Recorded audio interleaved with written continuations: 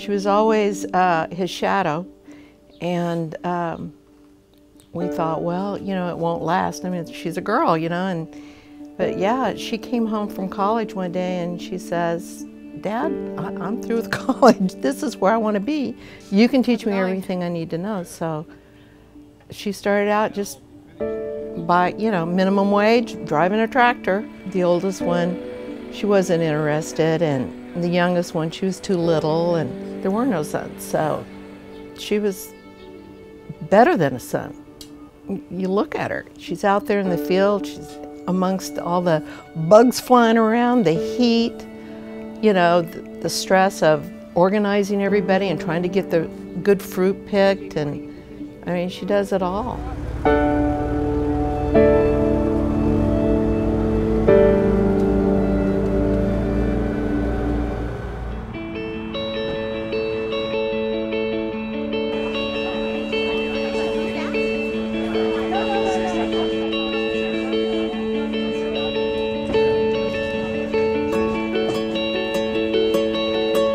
Good morning. Would you like to try them?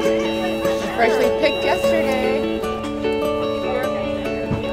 How do you get all you girls get along? Do you guys get along okay? I mean, we're all different. Three girls, three sisters. Yeah. Our shirts, I think, say it all. Yeah, but we do. We're best friends for life. Yeah. That's one thing that we know we have forever. Now, I'm making an assumption, but I'm assuming this was probably picked just a day or two ago. Yesterday. Well, the flames were picked a couple days ago because that's when I harvested the flames. Champagne grapes we're harvesting as we speak. Yeah. So those were just harvested yesterday. Yeah. You know, one of the things I've discovered in dealing with organic food and fresh food is just the difference in taste from something that's freshly picked versus working its way through the store and coming out on a different, isn't it different? Absolutely, because it's a short window. When you pick organic, you pick to order. So you pick for that order to go into that store within that week. I mean, how proud are you of all this? You know, generations of work and toil to get to this point where, you know, a consumer really just values and appreciates what you do. How proud are you of all that? I'm very proud. I'm more proud of my dad for starting this, but I'm proud to represent it and continue this on.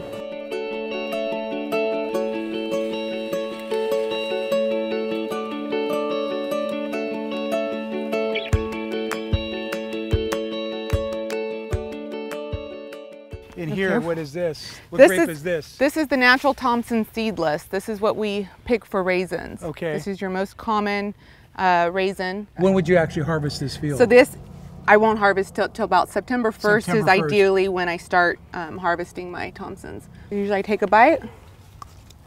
Does it help the taste? Mm-hmm. I think tasting is usually how I judge the sugar, but it's good to kind of confirm it with it. To get the chemistry from it. You remember the first time you did this? Yeah, I could barely read it. It was such an old. How old were you? Oh, 12, maybe 11. Wow. So see, that one I was pulling 19. Each one's different depending on each vine, the moisture, which side of the vine. Tell me, how big is your operation? I know you've got champagne grapes, you've got Thompsons, you've got some Muscat seeded grapes. How big is your operation in terms of how much production is coming out of here? So we have about 500 acres of grapes. 150 of those are table grapes. About a little over 200 acres of those are raisins, and then about 130 acres of those are wine grapes.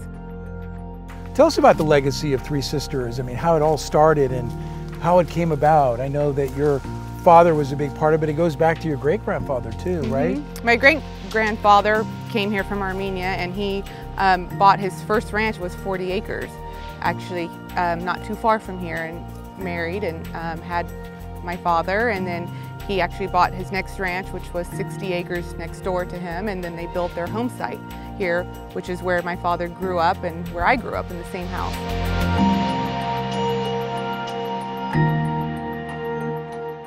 This here was, it was all nectarines. Oh. Nectarines, and they used to have these root beer grapes, big black grapes with seeds. Yes.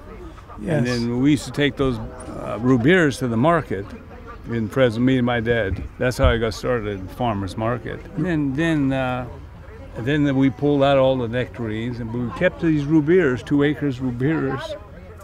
And that's where I first got started with CCOF on those 2 acres of root beers. Yeah. Well, what was the catalyst in you becoming organic? Your family is one of the pioneers. I think you're number 4, if I'm not mistaken. Yeah. What was that like? I mean, that had to be a challenging time. It was a big challenge, you know. I mean, our neighbors complained, what kind of farming you doing over there? You know, we tried to control the weeds and the gophers, and it was hard, but, you know, we walked the talk, and the PCAs would tell him to spray this and that, and he'd cut it in half. He didn't feel like you needed, you know, to have that much potent stuff out there in the fields, and he told me, he says, you can't even hear you can hear a pin drop. You can't hear any bugs. There's no organisms going on. This isn't right. You had 3 daughters at the time. They're really little. How much did that play a part in? They're walking through the fields and the farms. And a big part. Because you hear about these chemicals causing, you know, defects in your lung or liver. I don't know. Yeah, that was another reason I switched over, and it's been great doing it. It's a lot, you know, it's work, but it's more rewarding. There's more pluses than minuses. We believed in what we were doing, and it was good for our kids, and it was a way that we needed to be going, and we had to do what we had to do.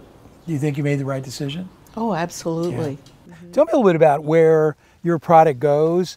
I mean, you're growing it here in the Central Valley, but who's consuming it? I'm assuming it's being shipped all over the country, right, for people to enjoy all over America. Correct. All over America is correct. With all my table grapes, they're spread out through multiple stores over the United States. Raisins, they're worldwide. So raisins, I have a lot of export companies I work with, and that are either getting repacked or they're in bakery items, cereals and breads. Well, one of the things I think about when I think about your farm is the partnerships and the relationships of businesses and the number of businesses that it takes to get food to the table. Do you think about that when you're actually growing your commodities? I mean, do you think about the fact that you're providing a product that everybody in the world is going to eat? Oh, yeah.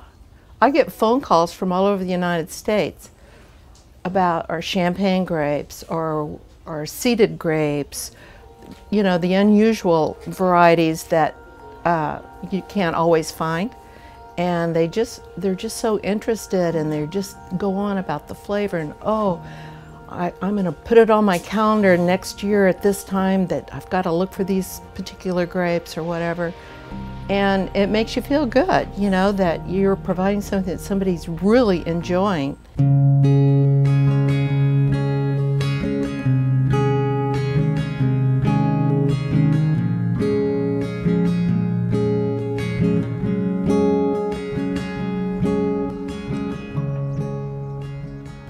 So these are the champagne grapes, so I can see them. Yes. Yeah, the champagne. Yeah, they're beautiful.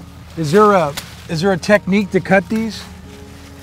Basically, this one doesn't require too much work. I would say you just have to select the right bunch. Okay. You know, you don't have to cut off like the small ones or nothing like that. Yeah. Basically, if the bunch is nice and clean, that works. Just like basically, that? Yeah. And I just put it into the box? Yeah, you cut it up, you know, like this one, you can see a few raisins on it. So you're able, we always tell the people without touching it that much, because they get, ugly or something like that. Without touching the bunch, just clean basically the raisins. I noticed that there is when you were doing all this, there's a skill to do this. It's not just coming in and picking and clipping. There's a little bit of a skill to cutting these grapes, right? Yeah, we always think that when we are not involved on this kind of work, we think that's easy. We think it's just to go and cut them off, put them on the tap and just pack it. No. Yeah. It is more than that. We have to basically select the best grapes, the quality, and check out those facts. Yeah. How do you know these are ready to be picked? How do you know they're ready? On this variety, I would say the color. The color. The color must be dark. And so, Cruz, do you train them and teach them exactly what you want from this field? Right. Yes. Each person. Each person. Are you having individual conversations with them, or you do it as a group? No, and hold the group. So I'm putting it together, hold the group, and explain. Make it good school before starting the morning, you know. Yeah. Y la gente que trabaja contigo lo conozca bien, somos como familia, trabajan contigo año y para... Son personas que cada año están aquí con nosotros. Salen a trabajar a diferentes partes, son a diferentes estados y ellos ya cuando regresan ellos saben que aquí es donde les gusta trabajar aquí con nosotros y ellos regresan cada año, están aquí con nosotros. En un grupo sí se queda aquí con nosotros de 25 personas todo el año. ¿Cuántas horas para pescar un roe? How many hours does it take to pick a roe? 12. 12 hours? Yes. How many people do you have working with you in a field on a day like today? How many people are working today? 95 people. 95 people. Yeah. Wow, that's a lot of people. Yeah. So what happens when I pick these grapes and I cut them? What's the process? Can you walk me through that a little bit? So they're going into these boxes, and then where do these go from here? Do they get delivered to a weighing station or? Yeah, the first thing, they come in the road taking some of these tabs. You know, the average of these tabs could be like, I would say 20, 22, 25 pounds. 25 pounds. So they use that wheelbarrow to take it out to the packing table. So on the packing table, the packer still gets the grapes, go through them, you know, see if there's not a rotten one or a raisin or something, like kind of go through the grapes again and start packing. And these grapes, on this variety, the Champagne is so delicate. So if you accidentally pinch a grape, the whole bunch gets wet, and we don't want that. Okay. That goes what is that our moisture quality. going to do? Well, basically, when that happens, we don't want to pack those. Because if that goes in the clamshell and it is wet, eventually it's gonna get like mold, could get moldy or something like that. So we don't want that. We are really strict on the quality and those things. These are all Champagne grapes? Yes, they are. And after that, you basically start loading it from the back to the front. Because the back to the front? Yeah. This is different road. This is different people, so it's better you take these. These it's here? Different persons, yeah. Okay, so it's got to come from the same person. Because that'll affect their income, right? That'll affect their money, right? Yeah. Got to imagine how many times a day you do this. This is not easy work. We can put one tab here, so this is the one we will be working on. We start basically trying to feed the grapes, you know, smoothly and nice, you know, in the clamshell. And you want to get to 1 pound. 1 pound. Yeah. How long have you been here, Tony? How long have you been working here? I've been working. I started working for them on 2005, so almost 14 years. Wow. And what did you do when you first started? Did you work in the field? I would work in the field. Yeah. I was working in the field using the shovel and all those things.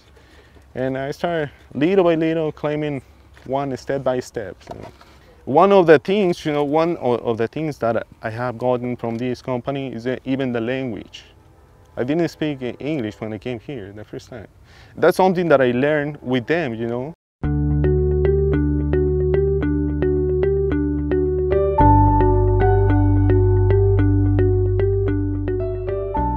On an average day, what would one of your workers pick? How many boxes? Depending on, that all goes on the year and the season and how good your fruit is that year. They could pack, any individual person can pack anywhere from an average 40 to 50 boxes a day. Are those lifelong relationships, or are they just... Yeah, they're usually sisters and brothers or mother and father. They've been working for years together. For years together. And that's part of how we have our team here on our farm. You have to work together, because if one's doing more work than the other, it's a rhythm, really. It's a rhythm. It's a real rhythm. Mr. Soghomonian, how proud are you of Natalie? Oh, I'm proud of her. Yeah, she's doing a good job. There's a lot of work out here, you know. Yeah. And you don't see too many girls out here. Yeah. And even boys. The boys aren't even getting into farming. Yeah. Did you know when she was little that she had it in her? Yeah, she used to ride with me in the pickup all the time, and then I seen she kind of liked farming. So one day she asked me, you know, I want to come and work for you. I said, good. And then it's been good ever since. Yeah. What are you most proud of when you think about Natalie and what she's doing out here? Well, I think she's doing a great job, and I'm glad she's helping me out, because I'm not getting any younger, you know. And she likes it, and she's got 2 girls, and they might be here running around before you know it. But I'm thankful to have her, yeah. I don't know if I did not get involved, I don't even want to look at that because it's a lot of work, you know, and for the older generations that are still involved in farming, if they don't have their younger generation, they're not farming, you know, what are they saving it for? So, you know, I think he's thankful that I'm involved and I got to carry on the legacy.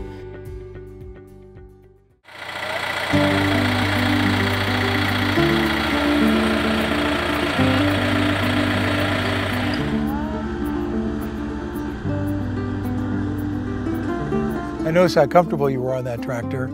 You know, there's a reason you do it too, right? I mean, you get a different perspective of what's going on in the field. Yeah, being up high in the tractor, you could oversee your vineyard a lot more versus walking each row. If I had that time on my hand to walk each row and to look at, you know, if the vine is happy, you know, from the moisture level or the pest management side. But being on the tractor, being up high, you could oversee the leaves, and that tells a lot about that vine. Yeah, and I noticed that we were there, you know, when you were harvesting the champagne grapes, that there was a little area where some of it is the residue of the grapes that weren't being boxed, and you're turning these into raisins, I guess, right? So a champagne grape sold in the fresh market is called champagne grapes.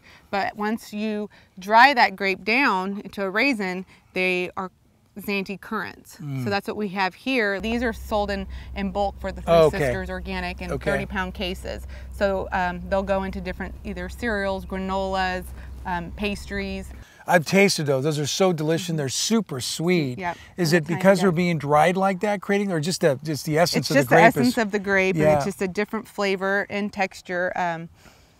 You normally don't dry them out here, though, right? You normally dry them in the field. So normally they're dried in the row. So when you're in the row during raisin harvesting, you're picking that vine as we speak, and you're laying it in that row, just because it's close. And you have to think about it's an oven in there. You've got the vineyard row where it's holding more heat content versus being in the open ground. So it dries quicker in the row versus being in the open ground. Yeah, it's like a convection oven almost, right? Exactly like an oven. Yeah. And this is your skillet. What are you looking for when you know that it's ready? Because I see like different gradations. Wrinkles. So you want to see the dark, the color variations too. As they darken up, they're drying. So if I tasted one of these, what would it taste like? Sugar, complete sugar. It's just very sweet. Wow. I tend to like to roll a little more on, I call it a little heavier, a little more fresher side, and let it slow cook. My dad taught me that it just, as it dries slower, it makes better quality of a raisin versus the direct sunlight to get it too dry in the direct heat. But once you roll it, you take a tray, and you roll it, and they pop it up here, where it'll still continue to cook with the airflow, but just at a slower process, versus it being open to the direct sunlight, it's going to dry quicker.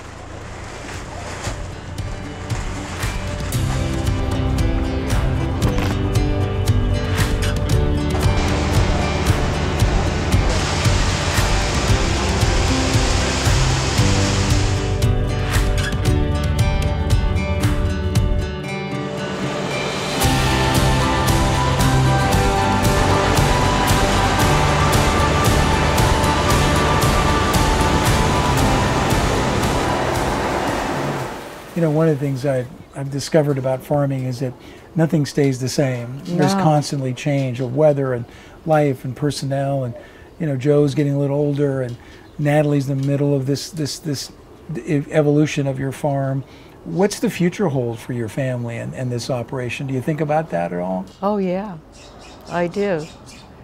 I think about, you know, I mean, it's up to her how far she wants to take it. You know, he and I are pretty much on the sidelines now and just there for her support.